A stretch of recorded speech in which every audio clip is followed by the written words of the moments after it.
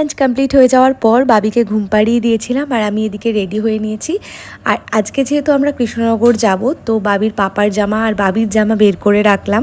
এখন বাজে ওই 5টার মতন, আমি তো রেডি হয়ে গেছি, বাবি ওদিকে ঘুমোচ্ছে, সায়ন জাস্ট বাড়িতে ঢুকলো। আজকে আমাদের কৃষ্ণনগরে মানে দুই জামাইয়ের আজকে একসাথে জামাই ষষ্ঠী হবে, তাই আমরা সবাই মিলে কৃষ্ণনগর যাব, মানে আমরা 3জন মিলে, আমি, সায়ন আর বাবি। সায়ন বাড়িতে ফিরে স্নান টান করে দেন রেডি হলো। তারপর আমরা সমস্ত জিনিসপত্র গোছগাছ করে বেরিয়ে পড়লাম কৃষ্ণনগর যাওয়ার উদ্দেশ্যে। এবছরের জামাই ষষ্ঠীটা বম বাড়িতেই হচ্ছে, কারণ বম মেশোর দুজনেরই ইচ্ছে ছিল যে দুই জামাইকে একসঙ্গে জামাই ষষ্ঠী দেওয়া হবে।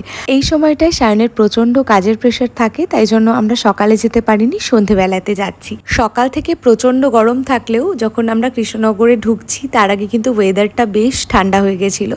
তো এখানে আমরা দাঁড়িয়েছিলাম টুকিটাকি কিছু জিনিস নেয়ার জন্য। আমরা একটু কোল্ড ড্রিঙ্কস নিলাম, বাবির জন্য একটা ফ্রুটি নেওয়া হয়েছিল, বাট অর্ধেকের বেশি আমি খেয়েছি, কারণ বাবিকে আমি এইসব জিনিস খুব একটা খেতে দিই না।